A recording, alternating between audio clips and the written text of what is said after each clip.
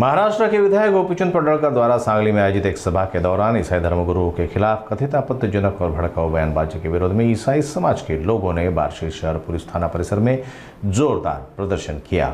सांगली के सभा में ईसाई धर्मगुरुओं पर आपत्तिजनक बयान देने वाले विधायक गोपीचंद पडळकर के खिलाफ बार्शी शहर पुलिस थाना परिसर में ईसाई समाज ने जोरदार प्रदर्शन किया। प्रदर्शनकारियों ने आपराधिक मामला दर्ज करने और उनकी विधायकी रद्द करने की मांग की। ईसाई समाज ने चेतावनी दी है कि जब तक कार्रवाई नहीं होती आंदोलन जारी रहेगा।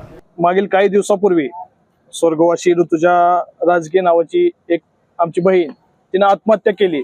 त्या आत्महत्येचं कारण अद्यापही स्पष्ट झालेलं नाही, पण त्या आत्महत्येला तिथले स्थानिक आमदार गोपीचंद पडळकर सांगलीचे ते धर्मांतराशी जोडत आहेत की ख्रिश्चन लोकांनी तिचं धर्मांतर केलं किंवा त्याला धर्मस्वीकार असं म्हणत होते।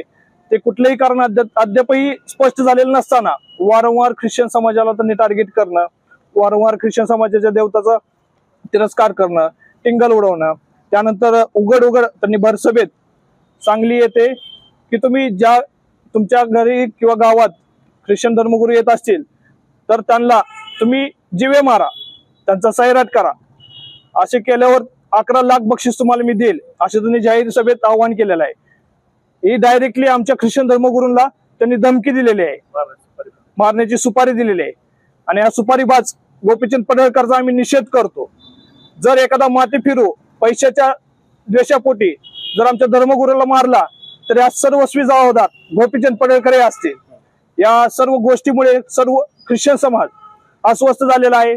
हा ख्रिश्चन समाज शांतिप्रिय समाज आहे, कुणालाही धर्मांतर करण्याचा आमिष तो देत नाही व ख्रिश्चन समाजाच्या मागण्या आम्ही आज घेऊन PSI यांना आलेलो असताना की गोपीचंद पडळकर यांच्यावर गुन्हा दाखल झालाच पाहिजे याकरिता आम्ही आज इथं बसलेलो आहे पोलीस स्टेशन समोर।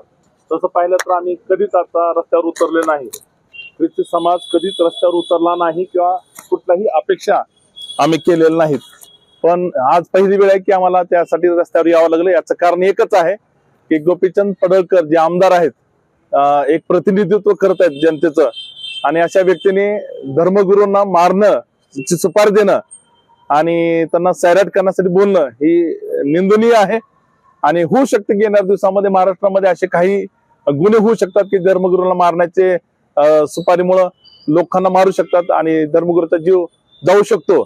यासाठी आम्हाला रस्त्यावर यावं लागलं आणि निवेदन देण्यासाठी आणि केस फाईल करण्यासाठी आम्हाला पोलीस स्टेशनमध्ये यावं लागलं। समस्त आम्ही जे समाज आहे पहिलीच वेळ आहे की आम्ही येऊन या गोष्टीसाठी निवेदन देत आहोत आणि गुन्हा नोंदण्यासाठी आणि त्याच्यावर कारवाई करण्यासाठी विशेष करून आमदारकी रद्द करावी, कारण लोकप्रतिनिधीने असं नसावं। सर्व धर्म समभाव या देशामध्ये असताना त्यांनी सर्व समाजाला घेऊन सर्वांची काळजी करणारे नेते असावे आणि त्यांनी जे आता जे त्यांचं जे दाखवलेलं त्यांचं वक्तव्य आहे